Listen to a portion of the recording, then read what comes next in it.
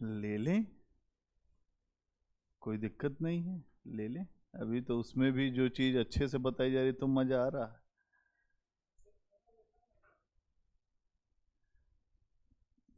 देखो, जिसको जो मन करे कर ले, बाद में नंबर पे फिर न रोएगा। समस्या इस बात की है कि जिस विषय में नंबर आने की संभावना है, मन लगाना पड़ेगा उस विषय पर। कितने नंबर आए, क्या है आपके पास, कोई एनालिसिस है? हिस्ट्री ऑप्शनल भी हमने पढ़ाया है, हमें सारा अनुभव है। यहाँ पर इस पेपर में अगर आपने सही तरीके से पढ़ा तो नंबर आने की संभावना ज़्यादा है वहाँ की तुलना में। वहाँ आप जितनी मेहनत करेंगे 240 तक पहुँचते पहुँचते आपकी हालत खराब हो जाएगी।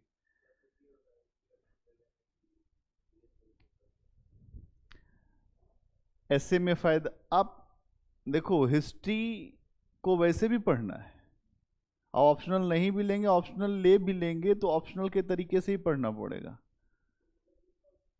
ऐसा नहीं है कि आपने उसमें जीएस में जो पढ़ लिया वो हो गया काम। अप्रोच अलग है, आर्ट एंड कल्चर ऑप्शनल में नहीं पढ़ाया जाता, ठीक है? अप्रोच अलग होता है। वहाँ 18वीं शताब्दी से जो बाद के भारत की चर्चा है, देखो मेरा अपना कंसर्न ये है कि तुमको जिसको अच्छा अच्छा लगना चाहिए, इस लिहाज से भी अच्छा लगना चाहिए कि अगर आपको अच्छा लगेगा तभी इसमें अच्छे नंबर आएंगे। ऐसे ये लोग भी थे, आए थे तो किसी को अच्छा नहीं लग रहा था, आज अच्छा लगने लगा। क्यों? क्योंकि मन में एक मैसेज आपने ये डाल दिया कि नहीं अच्छा लग रहा है तो आ रहा है। अब अमीर खुसरो में तुमको क्या ऐसी बात है जो नहीं समझ में आई? क्या ऐसी बात, क्या ऐसी बात है जो नहीं समझ में आई, ये बता दो मुझे। लिटरेचर पढ़ने में मन नहीं लगता तो ये विषय तुम्हारे काम का नहीं है, पहली बात तो ये है। कविताओं में और उसमें आनंद नहीं अगर आता है तो फिर कोई मतलब नहीं है इसमें तुम्हारा, तुरंत क्विट कर दो। अनावश्यक का वो कोई मतलब ही नहीं लेना है। अगर ये समझ में आता है नहीं नंबर इसमें आ सकता है, क्योंकि नंबर की सबसे ज्यादा संभावना है इस पेपर में। 315 गंगा सिंह राजपुरोहित, 345 प्रदीप कुमार द्विवेदी। हिस्ट्री में पूरे उल्टा खड़े हो जाओगे, शीर्षासन कर डालोगे तो भी 270 से ऊपर नहीं ला सकते। मतलब शीर्षासन कर दोगे, ऐसे गर्दन के ऊपर खड़े हो जाओगे तब भी नहीं आएगा। क्या समस्या है उसमें? समस्या क्या है कि अत्यधिक बड़ा है, सबको समराइज करके एक साथ चलना ये आसान नहीं होता। इसमें क्या है कि एक निश्चित पैटर्न है, हिंदी साहित्य का इतिहास, भाषा विज्ञान, एक पेपर खत्म, एक पेपर खत्म हो गया। वहां एक पेपर में एंशियंट और मिडवल, और एंशियंट मिडवल में बहुत सारे थिंकर, बहुत सारे विचार। तो समझने की जरूरत ये है कि अगर हम किसी विषय को पढ़ रहे हैं तो उस विषय के साथ हमारा गहरा लगाव होना चाहिए। अब हम बहुत ज़्यादा उसमें ये कहो कि हमेशा ऐसी बात ही बताएं कि जिसमें हिस्ट्री में भी लोगों को बहुत ज़्यादा नहीं रुचि आती थी, लेकिन हम जैसा पढ़ाते हैं इसलिए रुचि आ रही है। हमको इतिहास पढ़ाते बहुत साल हो गया, हिंदी पढ़ाते भी, लेकिन नंबर के हिसाब से अगर हम कहीं जाएंगे तो हम हिंदी साहित्य पे जाएंगे। ऐसे ज्ञान का क्या मतलब है जो हमको सेलेक्ट न करा पाए? आखिरी जो हमारा अपना प्रयास था उसमें अगर हम हिस्ट्री नहीं रखे होते तो सेलेक्ट हो गए होते। नंबर नहीं आता ना, खूब नॉलेज हो उससे क्या मतलब है?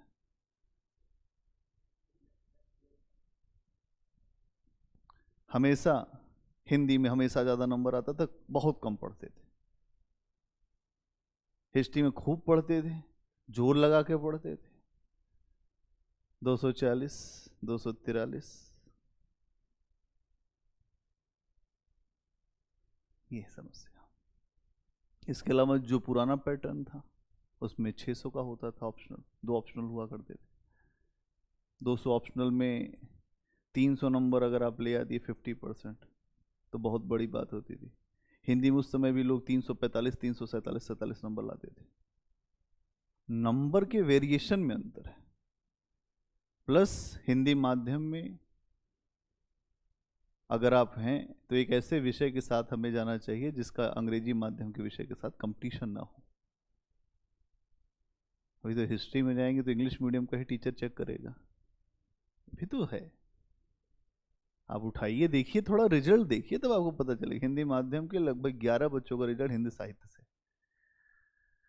आपको पता चलेगा। और हिस्ट्री के 2 लोग। क्यों है ऐसा? समझ खूब बन जाएगी। हिस्ट्री आपको आना चाहिए क्योंकि आपके जनरल स्टडी के फर्स्ट पेपर में उसका बड़ा वेटेज है, लगभग 50% का। और वैसे भी अपने इंटरव्यू और अपने पर्सनालिटी के लिए हिस्ट्री का आपको नॉलेज बहुत अच्छा होना चाहिए, और नॉलेज आपका बेकार नहीं होगा। बाकी हर विषय की अपनी समझ होती है, एक अपनी शब्दावली होती है। अगर शब्दावली पे समझ हो जाएगी तो बहुत अच्छा है, और नहीं होगी तो हमेशा आप जो परेशान रहोगे। आपको मेहनत करना पड़ेगा। ये आप सोचो कि हिस्ट्री ले लें या ज्योग्राफी ले लें, हिंदी ले लें और हो जाएगा, उतर जाएगा दिमाग में, सब कुछ नहीं होगा। क्योंकि अगर हमसे नहीं पूछोगे तो गलत दवाई खा लोगे, फिर उसके बाद फिर उल्टे होके लटक जाओगे। ये बता दे क्यों होता है ऐसा?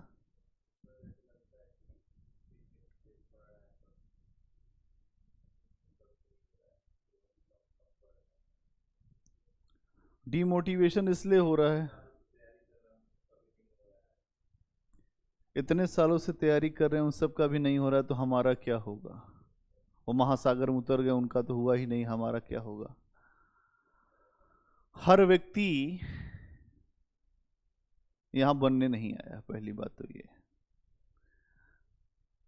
अगर आप ये देखकर परेशान हैं कि इतने समय से एक व्यक्ति पढ़ रहा है और हमारा नहीं हो पाएगा, वो इतना पढ़ता है, क्या वो आप हैं या आप जो हैं वो है? पहले ये बताओ। एक्स व्यक्ति की सफलता जो है, अगर एक्स व्यक्ति है, इसकी सफलता और इसकी सफलता अलग अलग है। एक्स और वाई की सफलता अलग है। इसके द्वारा जो प्रयास किया गया होगा वो ABCD जो भी प्रयास किए गए होंगे, प्रयासों में कितनी गंभीरता है इससे डिपेंड करेगा उसकी सफलता। प्रयासों की गंभीरता। कुछ लोग आपको ये दिखते हैं कि वो तैयारी कर रहे हैं, लेकिन वो तैयारी नहीं कर रहे होते। दिखना अलग होता है, करना अलग होता है। हमारे पास एक डेफ आया है, 21 साल 9 महीने का लड़का है जो इंटरव्यू दे रहा है। इस बार जौनपुर का है। अब इंटरव्यू के लिए भी आएगा, तुम लोग को मिलाएंगे, उसको तुम देखोगे तो तुमको खुद समझ में आएगा। वो अगर ये तुम्हारी सोच रखता ना तब तो पागल हो गया होता। एक लड़का और आया था एक दिन, जो वेद सर आए थे, उनका भतीजा, पहले ही बार में मेंस दिया। सीरियस कितने आप है इस पे डिपेंड करेगा कि आप क्या करेंगे। यहां पर इसके द्वारा जो प्रयास किए गए, प्रयासों में एक तो गंभीरता और दूसरा सही दिशा। अगर सही दिशा नहीं है,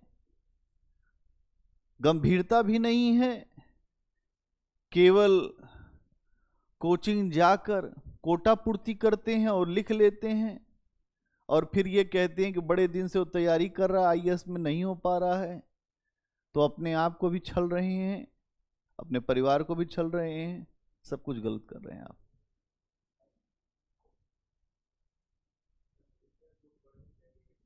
बिल्कुल पढ़नी चाहिए।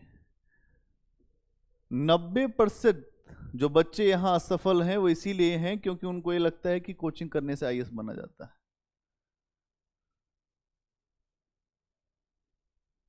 दसों हजार बच्चे अलग अलग संस्थाओं में एडमिशन लेते हैं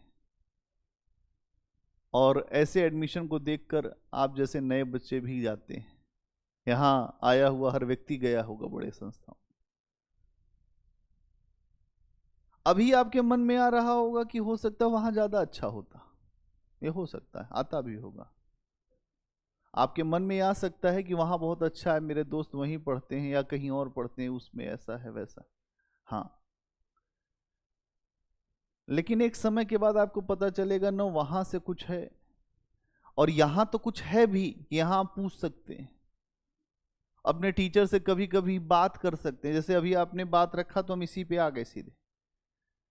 वहां तो आपको कोई पूछेगा भी नहीं, आप जी रहे हो, मर रहे हो, आपको समझ में आता है, नहीं समझ में आता, जो करना है वो करो।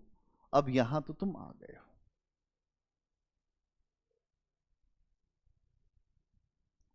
सफलता और असफलता के बीच में सबसे बड़ा एक विभाजक रेखा है, वो ये है कि सफलता एक बहुत बड़ा बलिदान मांगती है। जो बलिदान देना सामान्य मानव के लिए आसान नहीं है, उसके लिए बड़ा दर्द उठाना पड़ता है। कितने बजे सो के उठते हो? 8 बजे। 8 बजे सोकर उठने वाला, 10 बजे सोकर उठने वाला क्या इस बात के लिए तैयार है कि वो आईएएस जैसे एग्जाम के लिए 3 बजे सोते हैं? अभी मैं आपको बता रहा हूं, चाहे अब 3 बजे नहीं 6 बजे सोइए, 8 बजे आप उठेंगे। अब आपके जो रूटीन की बातें,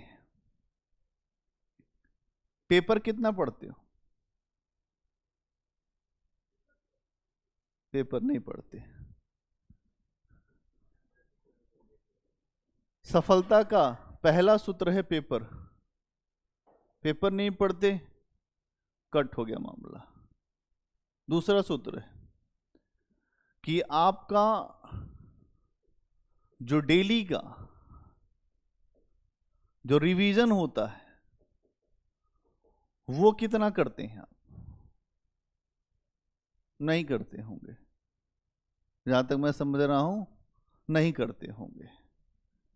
तो सफलता का दूसरा सूत्र कट गया। तीसरा सूत्र, कुछ टेक्स्ट बुक जो पढ़नी चाहिए, कुछ अपने नॉलेज को इंक्रीज करने के लिए कुछ चीजें होती हैं, जैसे एनसीईआरटी तो है ही, पहले एनसीईआरटी पढ़ लीजिए। एनसीईआरटी भी नहीं पढ़े होगे, अभी शुरू किए हो, वो भी यहां पे दबाव बनाया जा रहा है कि नहीं अब एनसीईआरटी पढ़ना है। तो नहीं तो अच्छी अच्छी बुक खरीद के आदमी ले आता, पहले उसी को पढ़ता है, सीधे आईएएस वहीं से बनेगा। ये भी होता है। बेसिक बातें पता नहीं, हम सीधे एडवांस पे चले जाते हैं। इसके अलावा हमारे पास अपने लक्ष्य को हासिल करने के लिए एक आग होनी चाहिए। वो आग ही हमको पढ़वाती है, और अगर वो आग नहीं भीतर तो यहां पे कुछ भी कर लो, हजारों की संख्या में बच्चे आ जाएं, फॉर्म भरने के लिए 10 से 15 लाख लोग फॉर्म भरते हैं। 5 लाख जो ये सोचते हैं कि अब देंगे, लेकिन जाते जाते 2.5 लाख बचते हैं। 2.5 से 3 लाख से ज्यादा पेपर नहीं देते। 2.5 लाख में से ऐसे बहुत सारे बच्चे हैं जो इसलिए दे देते हैं कि अब तो फॉर्म भर दिया तो दे ही देते हैं। जिसको सफलता पानी है वो कुछ नहीं देखता है, वो केवल सफलता के लिए संघर्ष करता है। जब हम समुद्र में कूद गए, नदी में कूद गए, तो धार क्या मझधार क्या,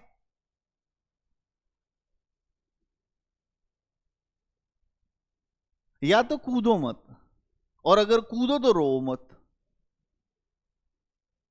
रोने वाले लोग मुझको एकदम पसंद नहीं। ये फलाना व्यक्ति भैया बहुत मेहनत करता था, नहीं हुआ। अरे फलाने व्यक्ति की गलती भी तो होगी कुछ ना कुछ।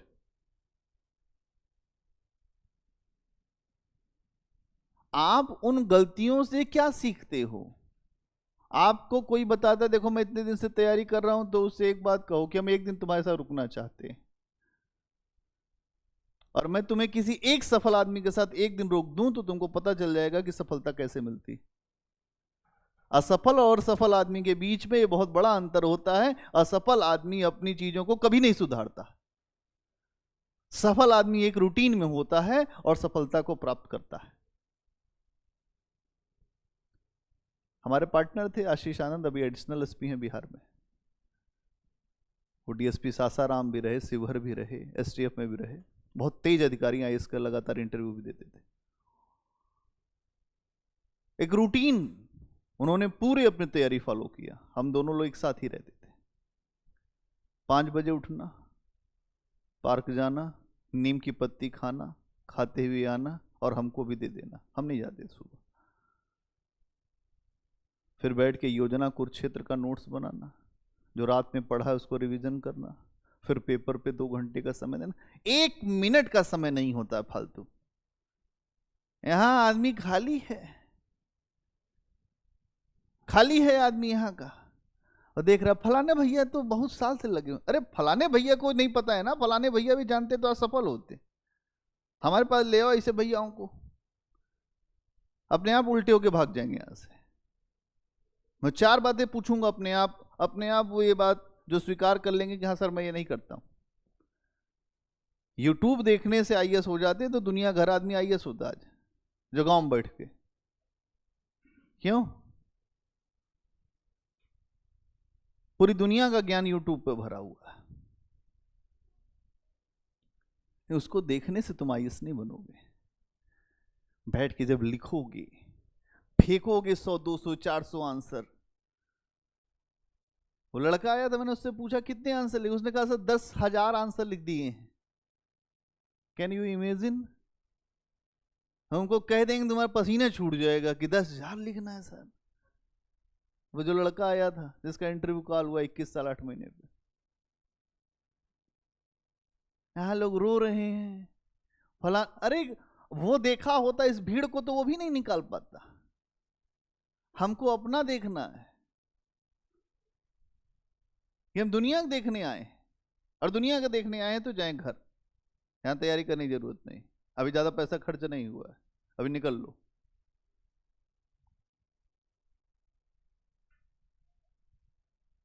हम लोग तैयारी करने आए, हमारे यहाँ के भी लोगों ने लाखों रुपए खर्च किए हमारे ऊपर। आज ऐसे नहीं खड़े हैं, एक रिसोर्स बनाए गए हैं। या तो रिसोर्स बन जाइए, और अगर आप बर्डन बन रहे हैं तो भाग जाइए। 2 चीजें होती हैं जीवन में, या तो एसेट बनिए, एसेट का मतलब कुछ हो आपके अंदर, और बर्डन बन गए तो हमेशा कंपनी बर्डन हटा देती। तो चाहे जितना समझ लो, तुम्हें अगर आ गए हो तो मेहनत करनी पड़ेगी, और अगर नहीं करोगे, एक नहीं 10 विषय। लोग हमेशा ऑप्शनल भी चेंज करते रहते। हिस्ट्री पढ़ लिए, मजा नहीं आ रही है तो कोई बता दिया हिंदी में बहुत अच्छा है, बहुत अच्छा। अभी आप देखेंगे, अभी एग्जाम खत्म होने आईएएस का, उसके बाद भीड़ लग जाएगी हिंदी में, तो हिंदी में बच्चे हैं अपने पास। क्यों? लगभग हम लोग के पास जो 10 बच्चे।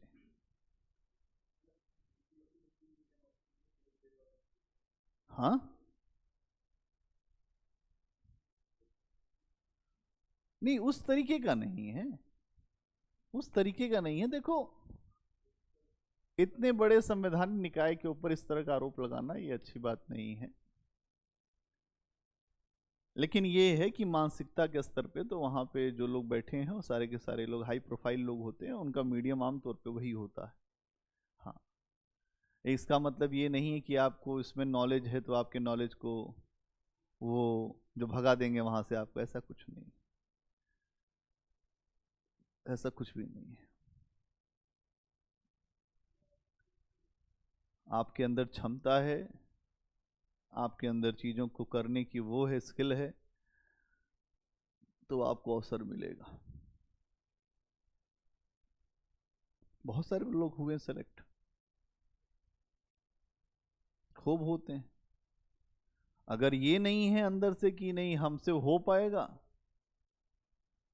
तो फिर धरती पर तुमको कोई नहीं करा पाएगा। और तुम्हें लगता है कि मैं यहां से आगे बढ़ जाऊंगा, तो पूरी कायनात तुम्हारी मदद कर देगी, टीचर भी मदद कर देगा, तुम आगे बढ़ भी जाओगे।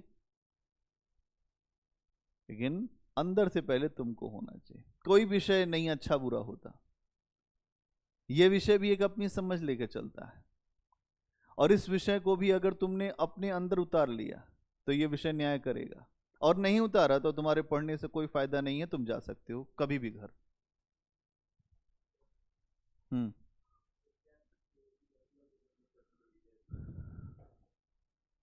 पहले तो किसी से ज्यादा लगाव मत करिए जर्नी में, ज्यादा सोशल मत होइए। ज्यादा सोशल हो जाएंगे, ज्यादा मित्र हो जाएंगे, मित्र ही आपको खा जाएंगे। इसके अलावा अपने आप को आकर्षण से भी बचाइए अभी थोड़े समय, क्योंकि अभी आपके दीपक में तेल ज्यादा है, तो ज्यादा भौंक जाएंगे तो फिर क्या होगा, एक बड़ी समस्याएं होंगी। और ऐसी समस्या होगी कि अपना ही घर जला के खुद ही हाथ सेकते रहेंगे वहां। और अगर इससे बचना है तो कुछ करना पड़ जाएगा आपको। तो सोशल नहीं होना है अभी। दूसरा, स्वार्थी बनना है, सेल्फिश। सेल्फिश का मतलब यह है कि ये प्रयास हो कि हम अपने पढ़ने पे फोकस करें। हाँ, कुछ आ जाता है, लोग तुरंत अपना ज्ञान बांटना शुरू कर देते हैं। पहले तो अभी कुछ है नहीं तुम्हारे पास। देखो, यहाँ लोग 10-20 साल पढ़ते हैं तो थोड़ा बहुत, उसके बाद भी बुद्ध ने कहा कि उसके बाद भी अनिर्वचनीय है ज्ञान, कोई कुछ नहीं जानता। लेकिन तुमको थोड़ा सा आ जाएगा तो तुम घूम घूम के पढ़ाना शुरू कर दोगे, और जैसे ये तुमने काम शुरू किया तुम्हारा डिक्लाइन होना शुरू हो जाएगा। तीसरी बात, अपनी रणनीतियों को शेयर मत करो किसी के साथ, तुम क्या करना चाहते हो। हाँ,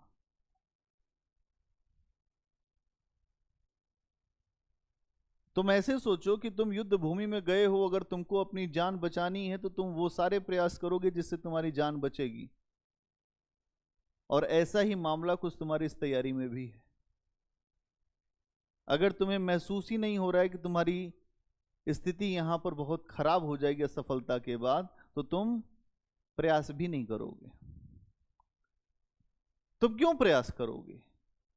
जब तुम डूबते हो तब तुम बचने का प्रयास करते हो। अभी तुमको तो ये महसूस ही नहीं हो रहा है कि तुम यहां डूब भी जाओगे। और जिसको ये महसूस होता है वही सफल होता है। जिसको ये महसूस हो गया कि मैं यहां पर डूब जाऊंगा, मेरा क्या होगा, वो 4 बजे ही उठ जाता है बिना अलार्म। जल्दी सोइए, क्या दिक्कत है आपको? जब दुनिया सो के उठती है तो तुम 4 घंटा पढ़ के रख चुके होगे। लोग 9 बजे सो के उठते हैं, तुम उनसे हंसते हुए चाय का कप लेकर बात करते रहोगे कि यार हम भी नहीं पढ़े, कुछ बताना नहीं। अगर आपने बता दिया कि आज हमने ये पढ़ लिया तो आपसे पूछेगा वो, कोई मतलब नहीं। अपने तैयारी की रणनीति अपने तक, या अपने टीचर तक, मेंटोर तक, बस। ज्यादा ज्ञान मत दीजिए। और क्या तुम्हारे अंदर चल रहा है? हमारे मन में बहुत प्रश्न हैं बहुत दिनों से, और प्रश्न पूछो। आज इसी पे ही क्लास है, ये पूछ लो जो पूछना है। लेकिन आज के बाद फिर कोई कुछ नहीं पूछेगा, पूछ लो। हाँ, वो बुक लिस्ट मिल जाएगी। अभी मैं तुमको बुक लिस्ट में बहुत फंसाना नहीं चाहता, क्योंकि तुमने एनसीईआरटी ही नहीं पढ़ी अभी। एनसीईआरटी पढ़ लो। 6 to 12 अभी आपके देवेंद्र सर आपके साथ लगे हुए हैं, वो जैसे बुक आपको बता रहे हैं वैसे पढ़ते जाइए। इसके बाद स्टैंडर्ड बुक भी मैं आपको बताऊंगा क्या पढ़ना है। जब आप मेंस देंगे तो आपको कुछ जो ऐसी बुक्स है जिनकी रीडिंग आपको खुद भी करनी है। योजना कुरुक्षेत्र पढ़िए, हर महीने आती है योजना, छोटा संक्षिप्त करके नोट्स बना सकते हैं, क्यों नहीं है। दैनिक जागरण का राष्ट्रीय संस्करण पढ़िए, तो द हिंदू पढ़ेंगे, द हिंदू आपसे पढ़ा नहीं जाएगा, इंडियन एक्सप्रेस आप पढ़ नहीं पाएंगे, तो इसका मतलब छोड़ दीजिए पढ़ना। ये भी एक अच्छा तरीका है कि उधर तो अच्छा है ही नहीं, इंग्लिश हम पढ़ नहीं पाएंगे, तो बेकार है फिर। ऐसे काम नहीं चलेगा। किसी को मैं आज तक यहां पर पेपर पढ़ते नहीं देखा। एक तो एक बात समझो कि जो न्यूज इंग्लिश में आती है वो हिंदी में भी होती है, बस उसको जो प्रेजेंट करने का तरीका अलग हो जाता है। द हिंदू पेपर को अगर आप देखेंगे तो मार्क्सिस्ट अप्रोच से होता है, वहां जो अप्रोच क्या होता है, मार्क्सिस्ट अप्रोच होता है। जो राष्ट्रीय संस्करण है दैनिक जागरण का वो नेशनलिस्ट अप्रोच है, राष्ट्रवादी अप्रोच का एक पेपर है। बस आपको अप्रोच नहीं पकड़ना है, न्यूज सारी पढ़ लेनी है, क्या दिक्कत है उसमें। पेपर भी पहला पेज आपको देखना है, उसके बाद सबसे आखिरी वाला पेज देखना है, सबसे पहला पेज सबसे आखिरी पेज, उसके बाद खोल देना है, स्पोर्ट्स आता है, उसके बाद आएंगे आर्थिकी, आर्थिकी पढ़िए, अंतर्राष्ट्रीय पढ़िए, उसके बाद संपादकीय पढ़िए। 4 पेज पेपर में केवल पढ़ने होते हैं, बाकी कुछ नहीं पढ़ना होता। टॉपिक अगर आप देखें, एक तो अंतर्राष्ट्रीय टॉपिक आपको देखने होते हैं, दूसरा आपको आर्थिकी का पूरा टॉपिक देखना होता है जो पेपर 3rd में आता है, और अंतर्राष्ट्रीय का टॉपिक देखेंगे तो आपके आईआर में भी जाता है और अलग अलग इश्यूज में भी आता है। और पेपर पहला पेज जो है वो भारत के राष्ट्रीय घटनाक्रम को दिखाता है कि भारत में क्या चल रहा है। उससे बहुत क्वेश्चन नहीं आएंगे, लेकिन एक आपको थोड़ा घटनाओं की जानकारी होनी चाहिए। स्पोर्ट्स से क्वेश्चन ही नहीं आ रहा उस तरीके का, पॉलिटिक्स से क्वेश्चन वैसे नहीं आता जैसा तुम समझ रहे हो। अब 2 दल वहां पर आपस में लड़ रहे हैं, उस न्यूज का कोई मतलब नहीं। पेपर में एक तो जो सबसे स्टार्टिंग का मैंने बताया पहला पेज, फिर सबसे आखिरी का पेज, फिर खोलोगे तो एक आर्थिकी का पक्ष आता है, आर्थिकी इकोनॉमी का, फिर एक आता है पर्यावरण से जुड़ा हुआ कुछ ऐसा इशू रहता है, अगर आप देखो इन्वायरमेंट इकोलॉजी वो पढ़ोगे, फिर अंतर्राष्ट्रीय वाला और फिर संपादकीय। इतनी चीजें अगर तुमने पेपर में पढ़ी तो तुम किसी काम के हो, अन्यथा तुम्हारा कोई काम का नहीं है पेपर। अगर इंग्लिश नहीं आती है तो हो गया, फिर काम खत्म तुम्हारा। कोई एनालिसिस मत देखिए, एनालिसिस देख के आप क्या कर लेंगे, वो भी तो पेपर ही पढ़ के एनालिसिस कर रहा है, और कहां से अपने पास से एनालिसिस करता है क्या। अरे यार वो तो अलग का विषय, तुम पेपर क्यों नहीं पढ़ोगे। जितने सफल लोग हैं वो खुद पेपर पढ़ के 2 घंटे का समय देते थे, क्या वो मूर्ख थे या मूर्ख हैं।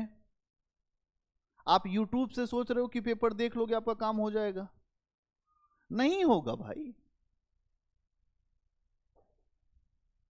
कोई आदमी अपने कमरे पर पेपर नहीं लगाया है, कोई पेपर लगाया है तुम लोगों में से।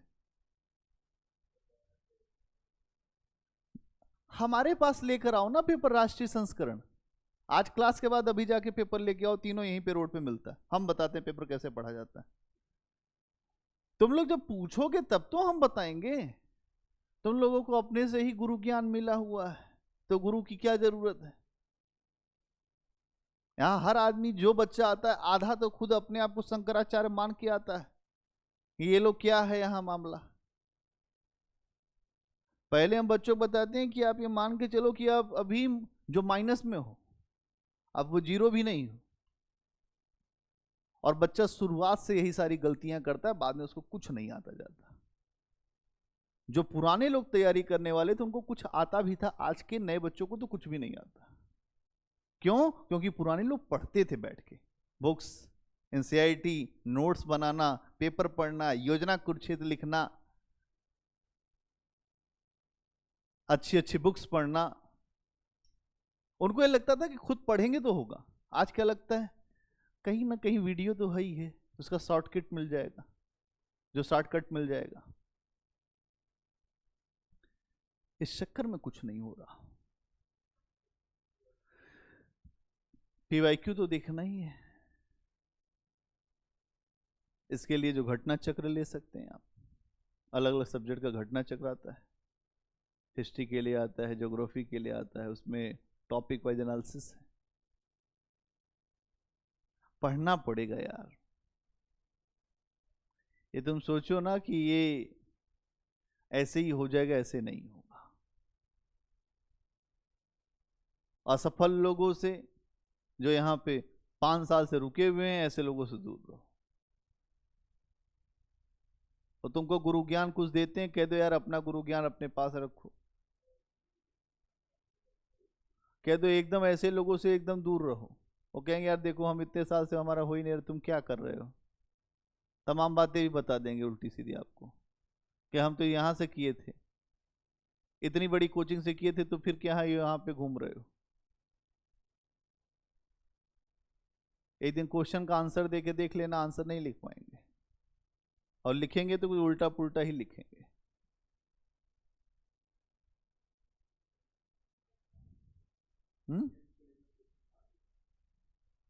वही पीवाईक्यू ले लो, जो प्रीवियस ईयर के क्वेश्चन पेपर का सेट आता है, उसको लेके उससे सॉल्व करिए, उसी से ही प्रश्न आएगा। हिंदी साहित्य में तो पूरा 90% पेपर रिपीट हो जाता है, इसीलिए बच्चे ले भी खूब मिलता है, खूब मिलता है।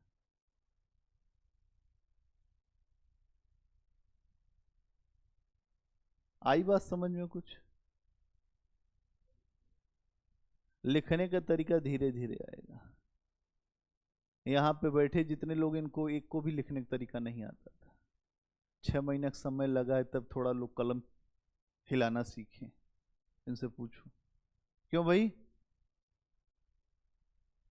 पहले कुछ भी लिखो, कुछ भी, फिर तुम सही थोड़ा लिखोगे।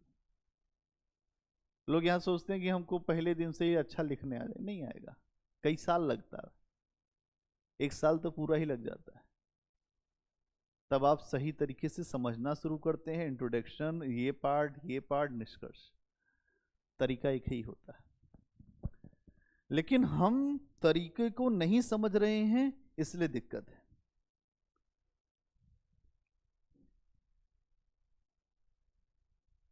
और क्या प्रश्न है?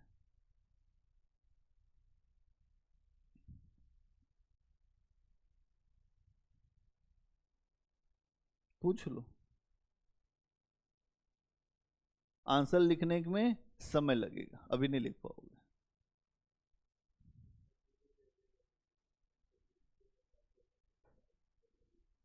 क्या पढ़े क्या हो, अभी तुमको समझ में आ जाएगा। क्या पढ़े बताओ मुझे, एक चीज बताओ जो तुमने पढ़ लिया है।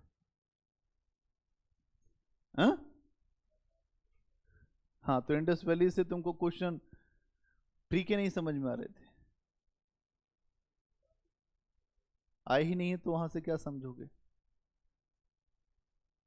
इंडस वैली से एक क्वेश्चन आया कि उसने आज के वर्तमान नगरीकरण के लिए इनपुट दिया, कैसे दिया वो क्वेश्चन मैंने समझाया था। वो आपको ही नहीं आ रहा है, जो लोग मेंस देने बैठ रहे हैं उनको भी वो क्वेश्चन उस साल नहीं आया था। आप सीधे वहां की पकड़ बनाना चाहते हैं जिस पर लोगों की पकड़ नहीं है। आप सामान्य चीज पे अपनी पकड़ ही नहीं बना रहे। आपके साथ समस्या क्या है, आप एडवांस, सीधे एडवांस देख रहे हैं, बेसिक की बात ही नहीं कर रहे। अभी तो बेसिक ही नहीं है कुछ। क्लास के साथ आपने एनसीईआरटी कितनी पढ़ी है? कितना आपका मजडप हुआ है, 3-4 बार एनसीईआरटी पढ़ लिए हो, उसके बाद क्वेश्चन अब बन रहा हो, हवा हवाई बातें कर रहे हो आप। 4 बार एनसीईआरटी पढ़ने के बाद फिर क्वेश्चन क्यों नहीं बनेगा भाई? कम से कम 3 से 4 बार एनसीईआरटी पढ़िए, फिर ना क्वेश्चन बने, बताओ फिर। पढ़े कुछ नहीं, हवा हवाई बातों से नहीं चलेगा। 4-4 बार, 3-3 बार पढ़ना पड़ता है। मैं तो जानता हूं बच्चे 10-10 बार पढ़े एनसीईआरटी। एक एक टेक्स्ट बुक मैं बताऊंगा बाद में, पहले एनसीईआरटी तो पढ़ डालो। वो लैंग्वेज जो एनसीईआरटी की, वो आंसर लिखने के लिए बहुत ज्यादा महत्वपूर्ण होती है। आंसर लिखने में वही स्किल चाहिए होती है। जो नहीं आता समझ में, उसको अंडरलाइन करके आओ। यहाँ पे एक नहीं 3-3 टीचर बैठते हैं।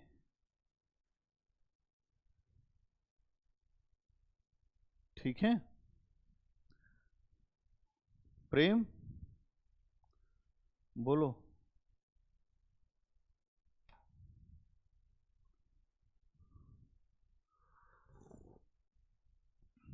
आप लोग बताओ क्या स्थिति। प्रेम बताओ, तुम्हारे मन में क्या चल रहा? आ रही बात समझ में? आपस में डिस्कशन भी नहीं करते क्या आप लोग?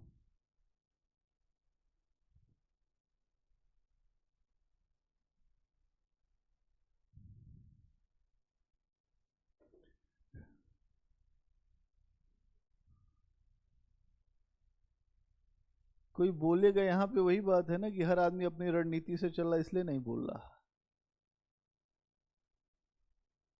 अब जिसको आ गया है लिखना, वो धीरे धीरे और आगे ही बढ़ रहा है। आप आते ही ये प्रयास करेंगे कि हमको तुरंत आ जाए सब, नहीं होगा ये। पहले बैठ के मजडप करिए, सोचिए। जो YouTube पे आंसर राइटिंग के लेक्चर पढ़े हैं, कितने लोगों ने देखा? नहीं देखा। हमको लिखना नहीं आता, और लिखने का तरीका मैंने ही बताया है, तो तुमको अभी उसको देखना नहीं।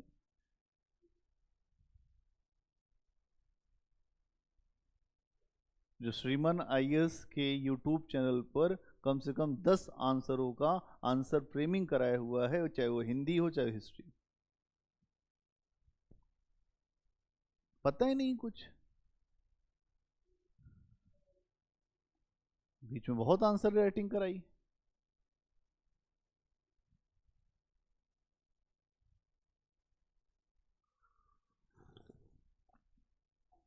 हेडिंग बनाओ, अमीर खुसरो की भाषा। अब कोई कंफ्यूजन विषय को लेकर? हिस्ट्री भी हम ही को कराना है, हिंदी भी हम ही को कराना है। इस विषय में ऐसे पारंगत हो जाओगे, अगर तुमने मन लगाकर पढ़ लिया तो नंबर अच्छा आएगा, और नहीं पढ़ा तो फिर तुम जिम्मेदार हो उसके।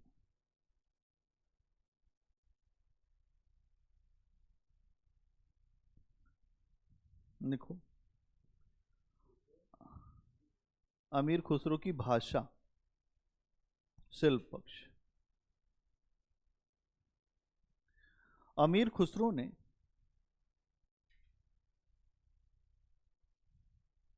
हिंदी भाषा के विकास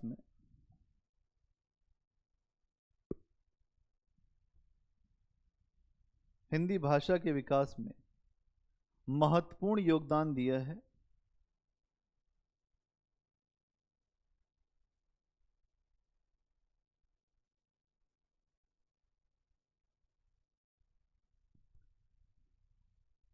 आचार्य शुक्ल के अनुसार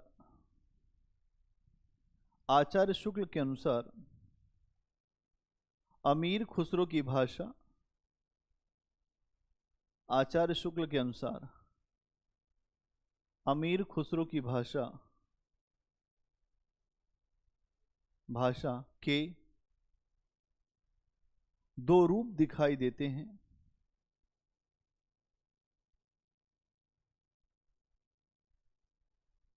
पहले रूप में पहले रूप में ब्रजभाषा के साथ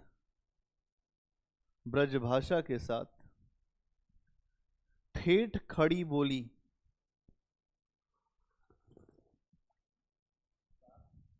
ब्रजभाषा के साथ ठेठ खड़ी बोली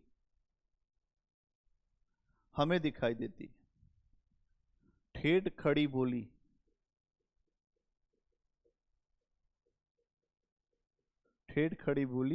दिखाई देती। ठेठ खड़ी बोली दिखाई देती जो मुख्यतः पहेलियों और सुखनों में दिखती है। जो मुख्यतः पहेलियों और सुखनों में दिखती है।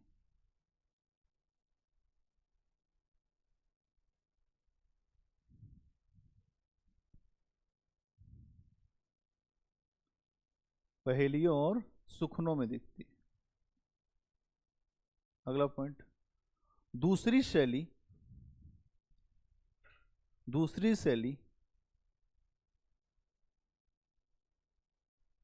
ब्रजभाषा के रूप में दिखाई देती है।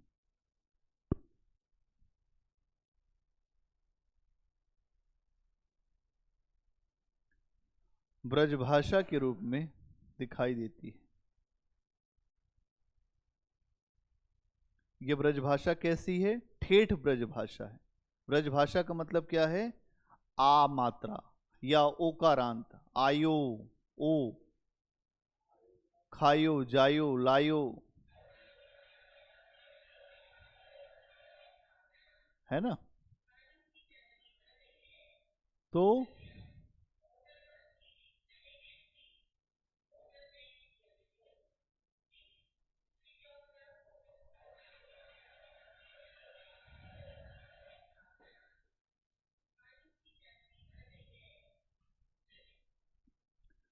खायो, जायो, लायो, पायो, ये क्या है? ओकारांत है। ये क्या है? ब्रजभाषा। तो हम कहते हैं आयो घोष बड़ो व्यापारी। तो यहां जो ओकारांत भाषा, तो ठेठ ब्रजभाषा का इनके यहां हमें रूप दिखाई देता है। इसका उदाहरण क्या होगा? मेरा, हाँ, मैया मोरी या मेरा मोसे सिंगार करावत। एक उदाहरण लिख दो, मेरा मोसे सिंगार करावत डैश डैश डैश ना सखी सीसा। मेरा मोसे सिंगार करावत कल बताया था, इसको लिखाया भी था।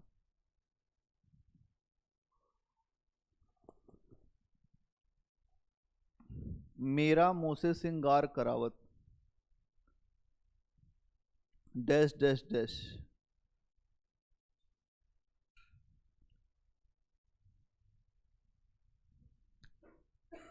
अगला, ठेठ खड़ी बोली का उदाहरण वही नीचे लिख दो। ठेठ खड़ी बोली का उदाहरण क्या है? ठेठ खड़ी बोली,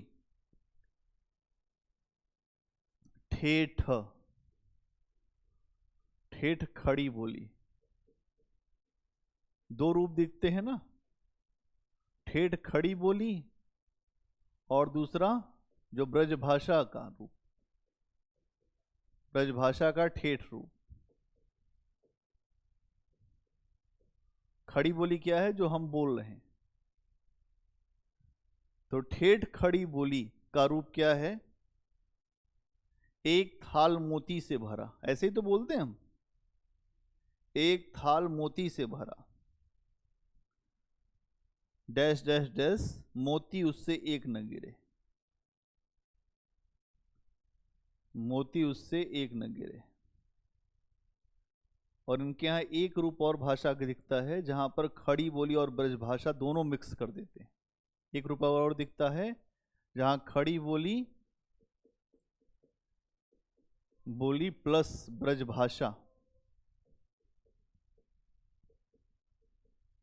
ब्रजभाषा का मिश्रण हो जाता है। खड़ी बोली और ब्रजभाषा का मिश्रण जहां पर खड़ी बोली भी है ब्रजभाषा, तो यहां पर क्या आएगा? खुसरो रैन सुहाग की, खुसरो रैन सुहाग की, सुहाग की डैश डैश डैश, खुसरो रैन सुहाग की। दो भय एक रंग, दो भय एक रंग, दो भय एक रंग, खुसरो रैन सुहाग की, दो भय एक रंग।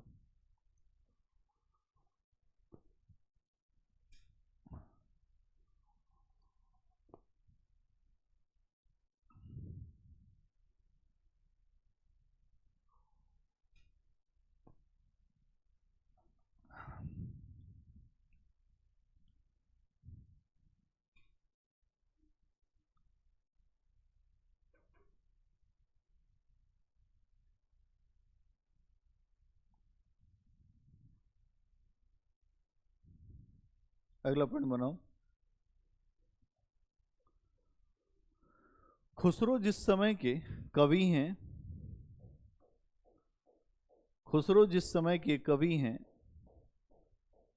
उस समय साहित्यिक भाषा के रूप में, उस समय साहित्यिक भाषा के रूप में न तो खड़ी बोली स्थापित हुई थी, न तो खड़ी बोली स्थापित हुई थी, भाषा के रूप में, साहित्यिक भाषा के रूप में ना तो खड़ी बोली स्थापित हुई थी, न ब्रज भाषा स्थापित हुई थी। तो अमीर खुसरो के समय क्या मामला दिखता है? ना तो खड़ी बोली जो साहित्यिक भाषा बनी थी, तो जो साहित्यिक भाषा का मतलब क्या है? साहित्य में जिसका प्रयोग हो रहा हो, जो समय का साहित्य लिखा जा रहा था, उसमें ना तो खड़ी बोली का प्रयोग हो रहा था और ना ही ब्रज भाषा का। इनके आने के बाद ही इसमें मिठास आई, चीनी आई।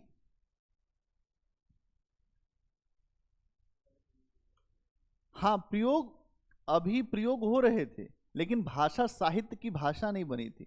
हल्का फुल्का प्रयोग करने से साहित्यिक भाषा कोई नहीं बनती। जब इसका बड़े पैमाने पर प्रयोग करोगे तो साहित्य की भाषा बनेगी। अमीर खुसरो के आने के बाद खड़ी बोली और ब्रज भाषा, जो पहले साहित्य की भाषा के रूप में प्रयोग नहीं हो रही थी या जिसका बहुत कम प्रयोग था, अब उसका प्रयोग बढ़ गया, क्योंकि इन्होंने पद लिखे इनमें। और जब व्यक्ति पद लिखेगा तब जाके किसी चीज को आप बेहतर कर सकते हो। अगला पॉइंट बनाओ। ब्रज भाषा के कुछ आरंभिक श्रुत, ब्रज भाषा के कुछ आरंभिक साक्ष्य रासो साहित्य में दिखाई जरूर देते हैं। ब्रज भाषा के कुछ आरंभिक साक्ष्य रासो साहित्य में जरूर दिखाई देते हैं,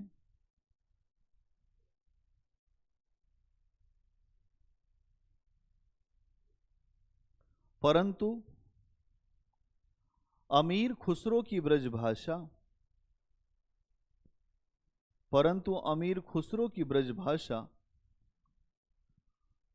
भक्ति काल और रीतिकाल, भक्ति काल और रीतिकाल, अमीर खुसरो की ब्रजभाषा जो उन्होंने प्रयोग किया है, भक्ति काल और रीतिकाल की ब्रजभाषा के नजदीक दिखाई देती है, नजदीक दिखाई देती है। इसका मतलब क्या है? जो इसके पहले जो ब्रजभाषा की जानकारी मिलती है वो रासो साहित्य में मिलती है, जैसे पृथ्वीराज रासो, जयपाल रासो, जो जो जो रासो साहित्य है। अब ये रासो साहित्य क्या है? जहां पर वीर गाथा वीरता की बहुत सारी बातें रखी गई।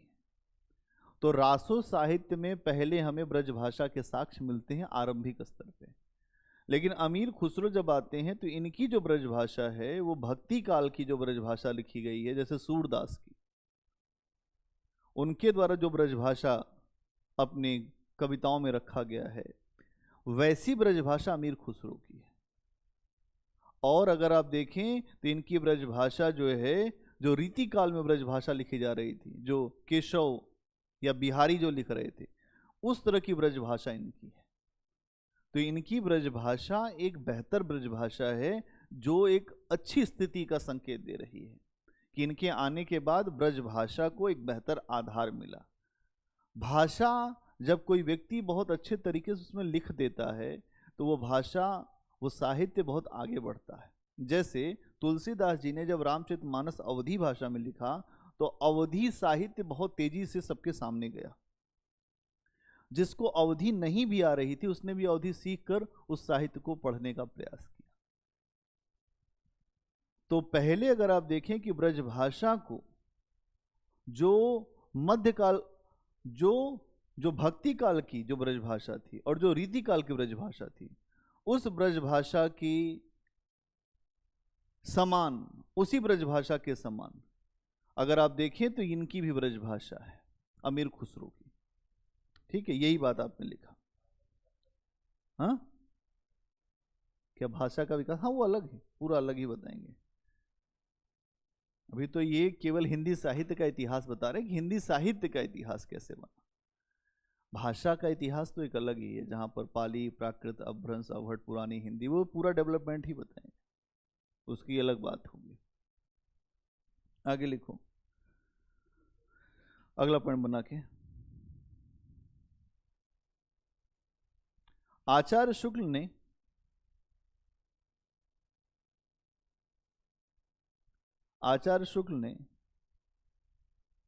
सूरदास की ब्रजभाषा पर आश्चर्य करते हुए कहा है कि आचार्य शुक्ल ने सूरदास की ब्रजभाषा पर आश्चर्य करते हुए कहा है कि यह विश्वास करना कठिन है, यह विश्वास करना कठिन है कि सूर ने बिना किसी साहित्यिक परंपरा के, सूर ने बिना किसी साहित्यिक परंपरा के एक चलती हुई लोक भाषा को, एक बिना किसी साहित्यिक परंपरा के एक चलती हुई लोक भाषा को महान साहित्य की भाषा बना दिया, महान साहित्य की भाषा बना दिया। अब देखिए, आचार्य शुक्ल ने अमीर खुसरो के प्रभाव को नहीं समझा कि अमीर खुसरो इनके पहले से लिख रहे थे, सूर के पहले से, की भाषा बना दिया। क्योंकि आपको ये पता है कि आचार्य शुक्ल परंपरा का महत्व नहीं देते हैं, वो तत्कालीन युगीन परिस्थितियों का महत्व देते हैं। तो ये कहते हैं कि सूरदास आए, अचानक ब्रजभाषा महान भाषा बन गई, ऐसा नहीं। जब आप देखेंगे कि ब्रजभाषा का यहां जो प्रयोग अमीर खुसरो कर रहे हैं, ये सधा हुआ प्रयोग है, और कहीं न कहीं हो न हो इनकी ब्रजभाषा से आधार लिया है सूरदास ने। तो सूरदास से पहले अगर आप देखें तो सूरदास से पहले अमीर खुसरो हैं 13वीं 14वीं शताब्दी में, और इस समय इन्होंने जिस भाषा को सामने रखा है वो ठेठ खड़ी बोली, ब्रजभाषा का ठेठ रूप, और खड़ी बोली प्लस ब्रजभाषा का मिश्रण। लेकिन आचार्य शुक्ल सीधे कहते हैं कि सूरदास जो है अचानक ही एक साहित्यिक परंपरा के रूप में ब्रजभाषा को स्थापित कर देते हैं। आगे लिखिए, किंतु ध्यान से अगर किंतु ध्यान से अगर देखा जाए, किंतु ध्यान से अगर देखा जाए तो सूरदास से मिलती जुलती भाषा, सूरदास से मिलती जुलती भाषा, सूरदास से मिलती जुलती भाषा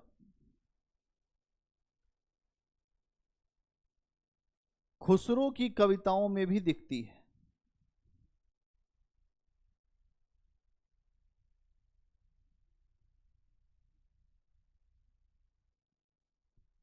खुसरो की परंपरा में दिखती है। हाँ, खुसरो की कविताओं में दिखती है। मतलब जो सूरदास के ऊपर आपने सीधे कह दिया कि वहीं से महान परंपरा शुरू हुई, वो महान परंपरा पहले से भी चल रही थी। अगला पॉइंट बनाओ। यदि खड़ी बोली को देखा जाए, यदि खड़ी बोली को देखा जाए तो आप सबको याद आ रहा होगा कि खड़ी बोली का विकास भारतेंदु हरिश्चंद्र के समय हुआ था। क्या याद आ रहा है? बोलो प्रेम। नहीं याद आ रहा?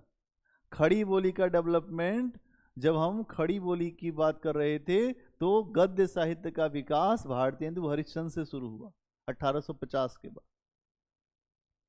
फिर धीरे धीरे उसको बेहतर किया गया। तो यहां खड़ी बोली में 19वीं शताब्दी से पहले कोई नहीं था, लेकिन ये एक ऐसे व्यक्ति हैं जो खड़ी बोली में भी उस समय लिख रहे थे। मतलब भारत में खड़ी बोली जो अभी हम लोग बोल रहे हैं, ये डेवलप हुई है 19वीं शताब्दी में। खड़ी बोली का विकास एक जो साहित्यिक भाषा के रूप में। लेकिन अमीर खुसरो खड़ी बोली अगर उस समय 13वीं 14वीं शताब्दी में बोल रहे तो ये बड़ी बात है कि नहीं बड़ी बात? इसी पॉइंट को लिख रहे हैं। लिखो इसको। क्या लिखा? हाँ हाँ, खड़ी बोली तो बोल रहे हैं। क्या कह रहे हैं? क्या लिखा है इसमें? यदि देखा जाए तो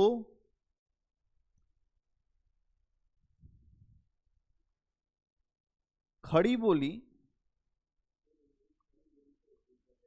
यदि खड़ी बोली को देखा जाए तो 19वीं शताब्दी में, 19वीं शताब्दी में ये साहित्य की भाषा के रूप में, ये साहित्य की भाषा के रूप में हमें, साहित्य की भाषा के रूप में हमें दिखाई देती है।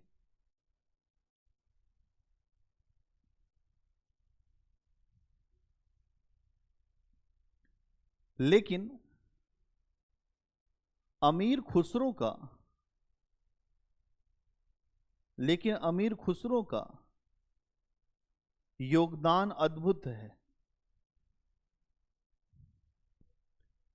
योगदान अद्भुत है।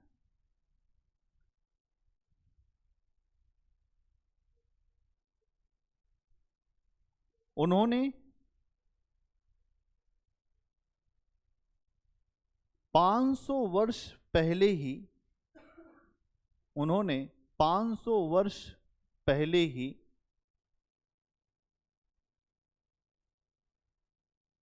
खड़ी बोली की संभावनाओं को, खड़ी बोली की संभावनाओं को सामने रख दिया था। इसका मतलब क्या है? 14वीं शताब्दी में, 14वीं शताब्दी में इनका समय है ना। और आप देख रहे हैं 19वीं शताब्दी में खड़ी बोली, अगर हम साहित्य की दृष्टि से देखते हैं तो 19वीं शताब्दी में ये एक साहित्यिक भाषा बनी, है ना। हाँ, अगर आप ये देखते हो तो ये 19वीं शताब्दी में खड़ी बोली को आगे लेकर आने वाले जो हैं भारतेंदु हरिश्चंद्र हैं। कौन है? भारतेंदु हरिश्चंद्र। इन्होंने बहुत सारे जो नाटक लिखे, भारतेंदु हरिश्चंद्र। अब ये भारतेंदु हरिश्चंद्र जो है ये 19वीं शताब्दी में खड़ी बोली को आगे बढ़ाते हैं और इसके बाद ये एक साहित्यिक भाषा के रूप में हमें दिखती है। उससे पहले नहीं दिख रही कहीं, उससे पहले हमें नहीं दिखती है। अगर आप देखेंगे तो इसके थोड़े बहुत संकेत आपको मिल जाएंगे। कहाँ पे मिलेंगे? तो एक तो जो सिद्धनाथ कवि हैं उनमें थोड़े बहुत संकेत आपको खड़ी बोली के मिल जाएंगे। इसके अलावा जो जो रहीम की कुछ कविताएं उसमें भी खड़ी बोली के कुछ साक्ष्य मिलेंगे। अगर हम इसकी बात करें 19वीं शताब्दी से पहले, तो जो सिद्ध प्लस नाथ कवि रहे हैं उसमें कुछ थोड़े बहुत प्लस रहीम के काव्य में खड़ी बोली के साक्ष्य, खड़ी बोली के साक्ष्य थोड़े बहुत मात्रा में मिलते हैं, मात्रा में मिलते हैं, है ना, थोड़े बहुत मात्रा में। लेकिन अगर हम देखें तो अमीर खुसरो के यहां 14वीं शताब्दी में खड़ी बोली को लेकर एक पूरा हमें एक रूप दिखाई देता है, इसका हमें रूप दिखाई देता है। इसीलिए हमने कहा कि जो परंपरा 19वीं शताब्दी में एक साहित्यिक परंपरा के रूप में खड़ी बोली को विकसित करती है, खड़ी बोली को एक साहित्यिक भाषा बनाती है, वो परंपरा 500 वर्ष पहले ही अमीर खुसरो के द्वारा स्थापित करने का प्रयास हो चुका था। क्या क्लियर है? बोलो, क्या लिखा आपने? उसकी संभावनाएं क्या लिखा है? ठीक, अगला पॉइंट बनाइए। अमीर खुसरो ने भाषा के स्तर पर भी, अमीर खुसरो ने भाषा के स्तर पर भी कुछ अच्छे प्रयोग किए हैं। जैसे शुद्ध फारसी अच्छे प्रयोग किए, भाषा के स्तर पे भी कुछ अच्छे प्रयोग किए। अच्छे प्रयोग का मतलब क्या होता है कि हिंदी के साथ उर्दू मिला दो, उर्दू के साथ फारसी मिला दो, या ब्रजभाषा के साथ फारसी मिला दो। जब आप कई भाषाओं को जानते हैं तो मजा इस बात का है कि आप शब्दों की बाजीगरी पैदा कर देते हैं। इसीलिए आप देखेंगे जब आप कई भाषाओं को जान जाते हैं तो फिर आप जंप करते हैं भाषाओं के साथ, तब आप कहते हैं कि बड़ी अच्छी रवायत है। अब रवायत किसी को पता ही नहीं होगा। अब जब आपने ये शब्द लिखा तो रवायत का मतलब वही समझ पाएगा जो थोड़ा जानता हो। नजाकत,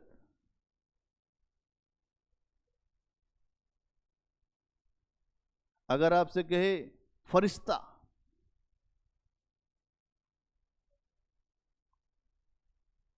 इसके अलावा आपसे कहे जमाना, मतलब कुछ ऐसे शब्द जिसका इस्तेमाल आप करते हैं तो उसमें बात अलग सी लगती है। ये अमीर खुसरो के यहाँ खूब बेहतर तरीके से इन्होंने शुद्ध फारसी और शुद्ध ब्रज भाषा को मिला दिया है। मतलब इनके यहाँ आपको ये भी दिखाई देगी कि शुद्ध फारसी चूंकि दिल्ली सल्तनत में थी तो फारसी भाषा वहां इस्तेमाल होती थी, ठीक। और उसके बाद जो ब्रज भाषा के बारे में भी ये जानते ही थे, तो इन्होंने इन दोनों का कॉम्बो पैक बना दिया। कहा कि दोनों का कॉकटेल बना देते हैं तब मजा आएगा। और एक अद्भुत भाषा, सुनिए एक पद सुनाता हूं आपको। भले आपको थोड़ी सी जो समझ में ना आए, लेकिन इसमें यह लगेगा कि कुछ लय है, कुछ रस है। जेहाल मिश्की मुकुन तगाफुल, जेहाल मिश्की मुकुन तगाफुल, दुराए नैना बनाए बतिया। जेहाल मिश्की मुकुन तुगाफुल, दुराए नैना बनाए बतिया। किताब हिजरा न दारम एजा, लेहाव काहे लगाए न छतिया। इसका मतलब ये है जेहाल मिश्की मकुन तगाफुल।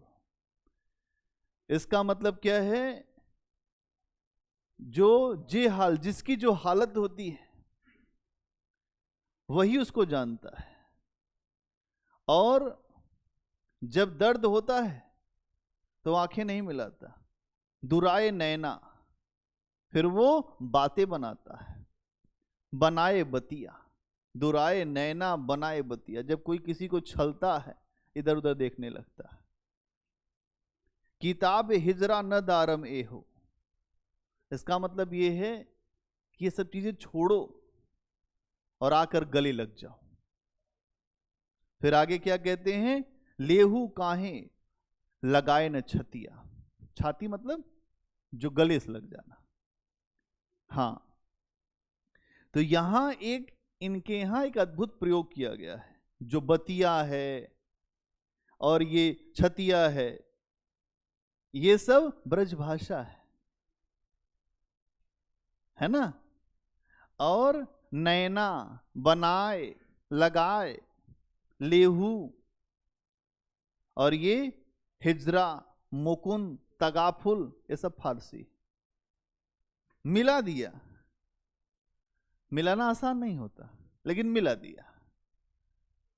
और जब मिला दिया तो एक अद्भुत, आप इसको जो गीत के रूप में भी गा के देखोगे तो बड़ा इसमें एक लय है। जेहाल मिश्की मुकुन तगाफुल, दुराए नैना बनाए बतिया, पूरा लय है इसमें। किताब हिजरा न दारम एजा, न लेहू काहे लगाए न छतिया, पूरा लय है इसमें। ठीक है।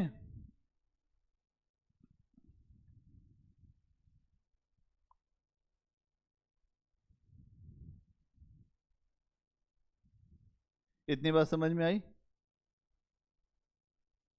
और 2-3 लाइन में लिख दो, अगला पढ़।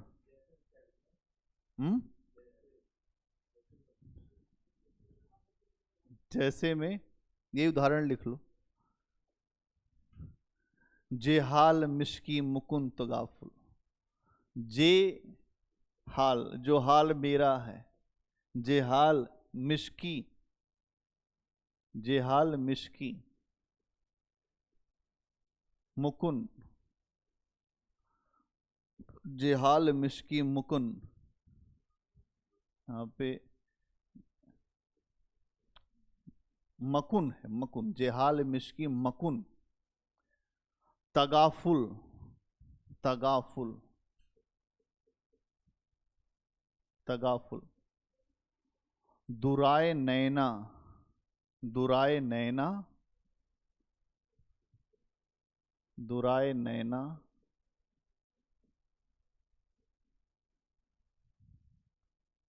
बनाए बतिया, दुराए नैना बनाए बतिया, दुराए नैना बनाए बतिया, किताबे हिजरा। फिर उसके बाद कर दो डैश डैश डैश, कि पूरा लिख दूं। किताबे हिजरा, की ताबे हिजरा, किताबे हिजरा, किताब हिजरा, हिजरा यहां रहेगा, हिजरा, किताब हिजरा, किताब हिजरा न दारम एजा, न दारम एजा, न दारम एजा, न दारम एजा। फिर है न लेहू, न लेहू लगाए छतिया।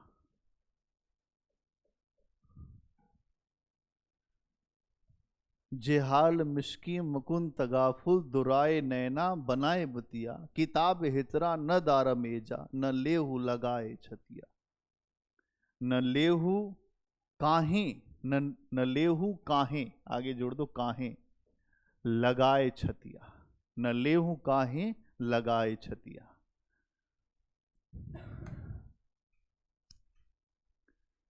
तो ये क्या है, ये फारसी और ब्रजभाषा का कॉकटेल है, मिश्रण है।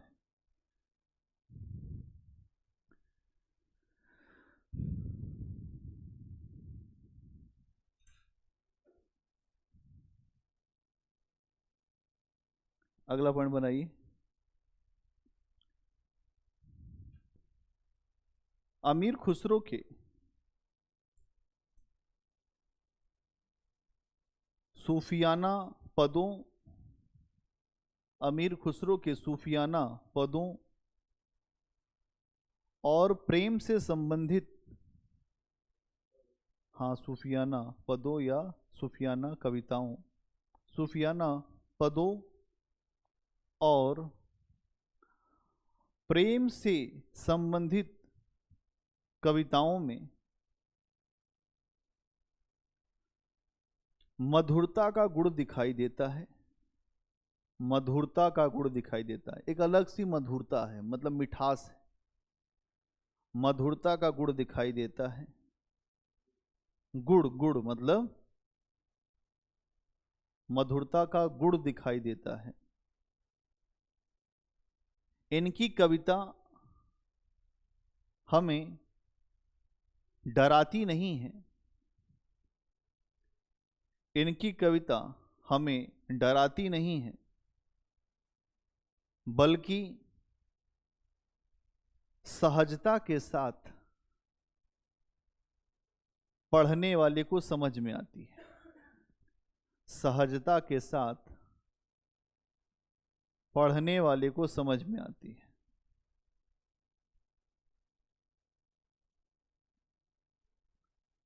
सहजता के साथ पढ़ने वाले को समझ में आती है। अगला पॉइंट, इनकी भाषा में,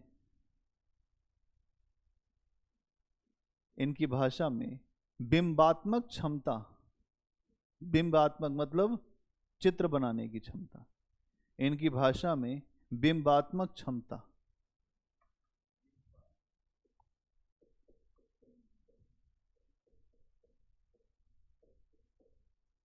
इसका मतलब होता है चित्र खींच देने वाली भाषा, चित्र खींचने वाली भाषा।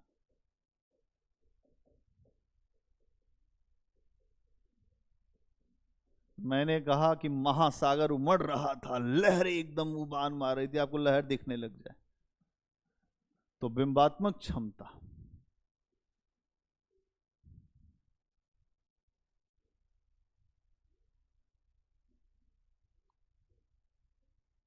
इन, हाँ इनकी भाषा में बिंबात्मक क्षमता हमें दिखाई देती है।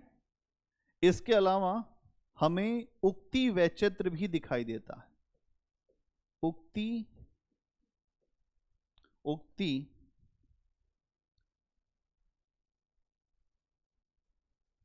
उक्ति वैचित्र भी दिखाई देता है। उक्ति वैचित्र, उक्ति वैचित्र भी दिखाई देता है, जिसका अर्थ होता है उक्ति वैचित्र भी दिखाई देता है। उक्ति वैचित्र,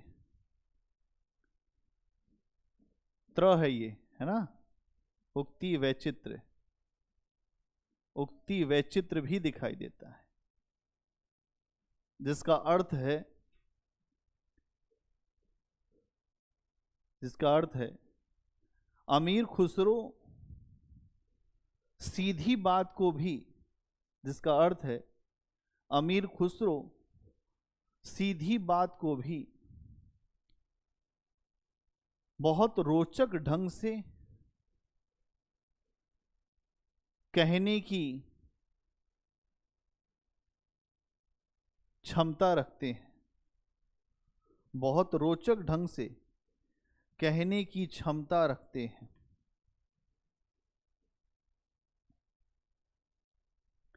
क्षमता रखते हैं।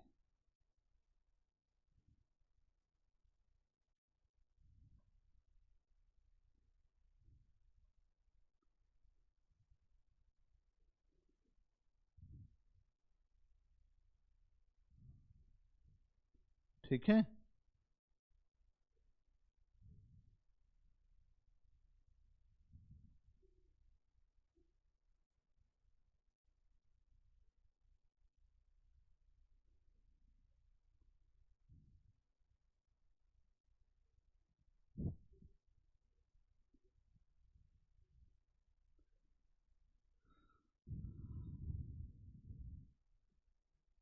एक प्रश्न लिखूं, सिद्धों की संध्या भाषा पर टिप्पणी करें। सिद्धों की संध्या भाषा पर टिप्पणी करें। संध्या भाषा, इसके पहले बता रखा है, संध्या या संध्या भाषा, इसके लिए ये भी शब्द आता है संध्या भाषा। सिद्धों की संध्या भाषा पर टिप्पणी करें। पीछे नोट्स उठाएंगे, आपको समझ में आ जाएगा।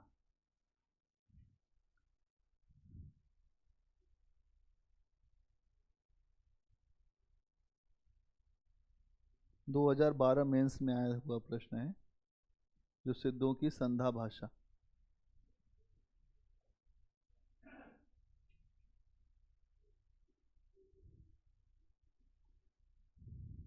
ठीक है,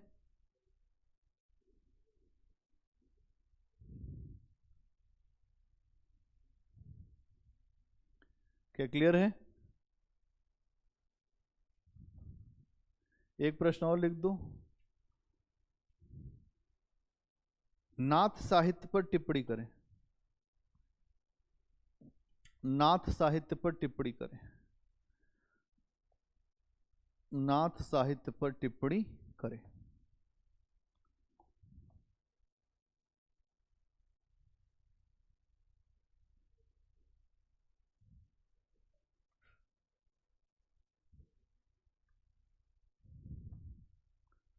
अभी हम लोग कहाँ पे थे? थोड़ा सा उसमें दो चार पद ये लिखे। हाँ,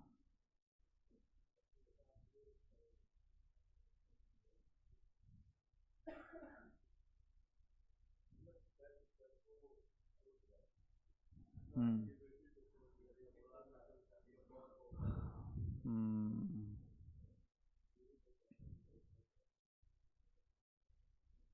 हम्म ठीक है, बहुत बढ़िया। शल ने कहा, कायर अवश्य कर यदि कायर अवश्य कर याद पार्थ को, तू मन ही मन डरता है। ये शल्य ने कहा था। हंसकर बोला राधे शल्य, पार्थ की भीति उसको होगी, क्षयमान क्षणिक भंगुर शरीर पर मृषा प्रीति जिसको होगी।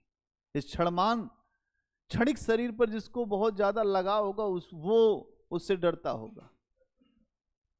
हमें ऐसी कोई भी अंदर से भय नहीं है। इस 4 दिनों के जीवन में मैंने तो कुछ नहीं समझता। इस 4 दिनों के जीवन को मैं तो कुछ नहीं समझता हूं। लोग कहते हैं 4 दिन की जिंदगानी है हमारी।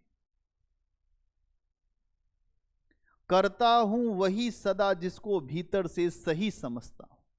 कहा शैल्य, मैं वही करता हूं जिसको भीतर से हमेशा सही समझता हूं।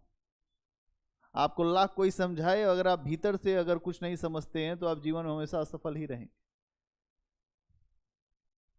परग्रास छीन अतिशय बुभुक्ष, परग्रास छीन अतिशय बुभुक्ष, अपने इन बाणों के मुख से होकर प्रसन्न हंस देता है चंचल किस अंतर सुख से। कर्ण ने जो बार बार लोगों के प्राण छोड़े थे, उससे वो अंदर ही अंदर प्रसन्न था कि चलो कुछ अच्छा किया अपने जीवन में। आज तक जो गलत हुआ वो गलत हुआ, लेकिन इस बार कुछ अच्छा किया। यह कथा नहीं अंतःपुर की, बाहर के मुख से कहने की।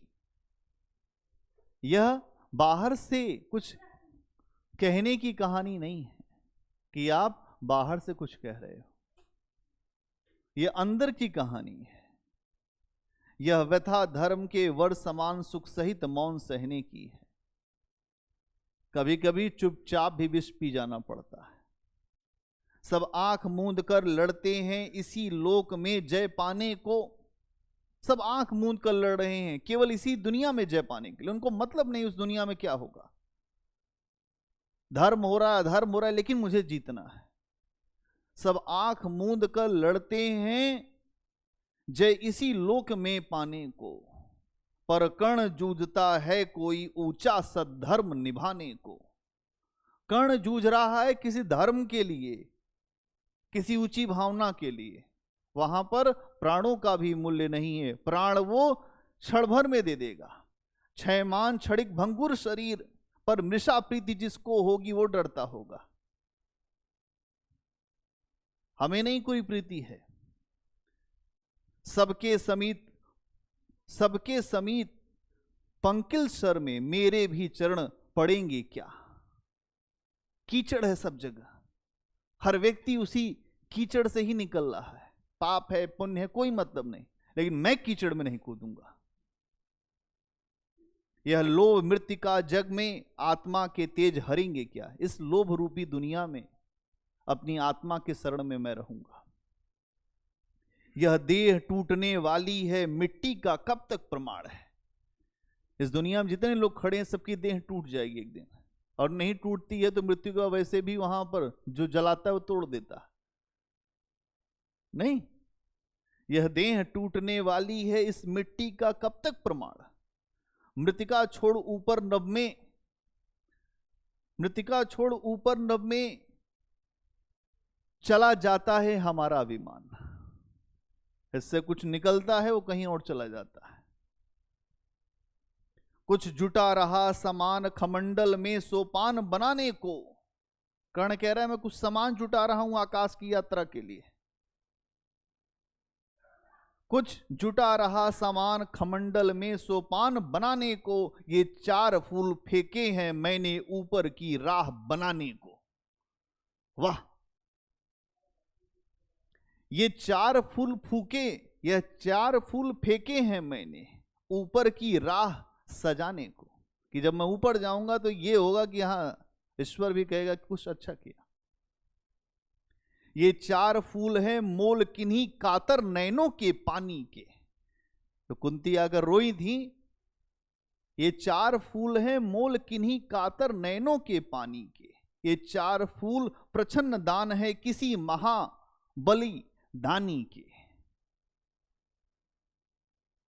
ये 4 फूल हैं दान हैं किसके, किसी महाबलदानी के। ये 4 फूल मेरा अदृष्ट था, हुआ कभी जिसका कामी। कभी उनसे मेरा जन्म हुआ था, ये उनके लिए। ये 4 फूल पाकर प्रसन्न हंसते रहेंगे अंतर्यामी।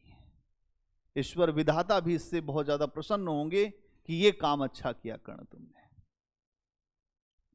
समझोगे नहीं शैल इसको, यह कर्तव्य नादानों का है। तुम ये समझ नहीं पाओगे मैंने क्या किया। यह खेल जीत से बड़े किसी मकसद के दीवानों का है। ये जो खेल मैंने दिखाया है ये जीत से बड़ा खेल है, इसका मकसद है दीवानगी। जब कोई दीवाना हो जाता है तो आग में कूद पड़ता है। तो हम दीवानों की क्या हस्ती है, हम आज यहां कल वहां चले, हम धूल उड़ाते जहां चले, मस्ती का आलम साथ चला। तो यहां ये चीज है, जानते स्वाद इसका वे ही जो सुरा स्वप्न को पीते हैं, दुनिया में रहकर भी दुनिया से अलग खड़े होकर जीते हैं। दुनिया में हैं लेकिन दुनिया से अलग रहकर खड़े होकर जीते हैं। वो जान पाएगा कर्ण क्या है, तुम नहीं समझ पाओगे शैल्य। समझा न सत्य शैल्य इसे बोला प्रलाप यह बंद कर। समझा न सत्य शैल्य इसे बोला प्रलाप यह बंद करो। हिम्मत हो तो लो करो समर, बल हो तो अपना धनुष धरो। लो यह देखो वानरी ध्वजा दूर से दिखाई पड़ती है, पार्थ के महारथ की घर घर आवाज सुनाई पड़ती है। आ गया अर्जुन, चिल्ला रहा था अर्जुन अर्जुन, आ गया अर्जुन। चलिए आज के लिए यहीं पे, फिर हम लोग चर्चा करेंगे।